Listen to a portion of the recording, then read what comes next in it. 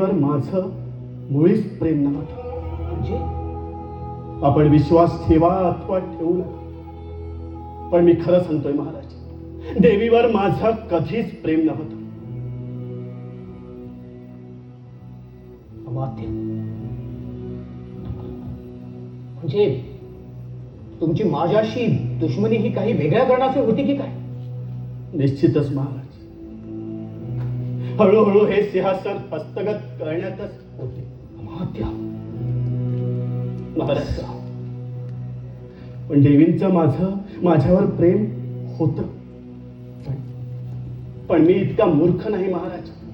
मी हे जाणलं होतं की देवी जर तुमच्याशी बेईमान होऊ शकता तर त्या माझ्याशी एकनिष्ठ राहतीलच कशावर. म्हणून माझ्या प्रेमाच्या राज्यात त्यांची शून्य किंमत होती. पण हो, माझ्या राजकारणाच्या दृष्टीनं माझ्या आराखड्यात त्यांना महत्वाचं स्थान होतं.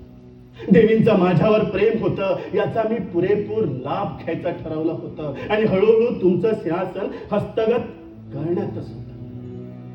असं मग आता बसास नरकाच्या सिंहासनावर आणि करा राज्य नरकाचं. अमात्य, तुमचं प्रेम पद्माक्षीवर नव्हतं म्हणता, तर मग तुमचं प्रेम चंद्रसेनेवर? होय महाराज, चंद्रसेनेवर माझं मनापासून प्रेम होतं.